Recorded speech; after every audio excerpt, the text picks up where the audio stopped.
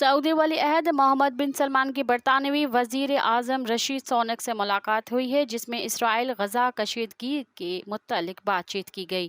غیر ملکی خبر رساں ادارے کے مطابق برطانوی وزیر اعظم سعودی ولی عہد سے ملاقات کے لیے سعودی عرب پہنچے۔ ملاقات میں غزہ میں مزید کشیدگی سے بچنے کی ضرورت پر زور دیا گیا۔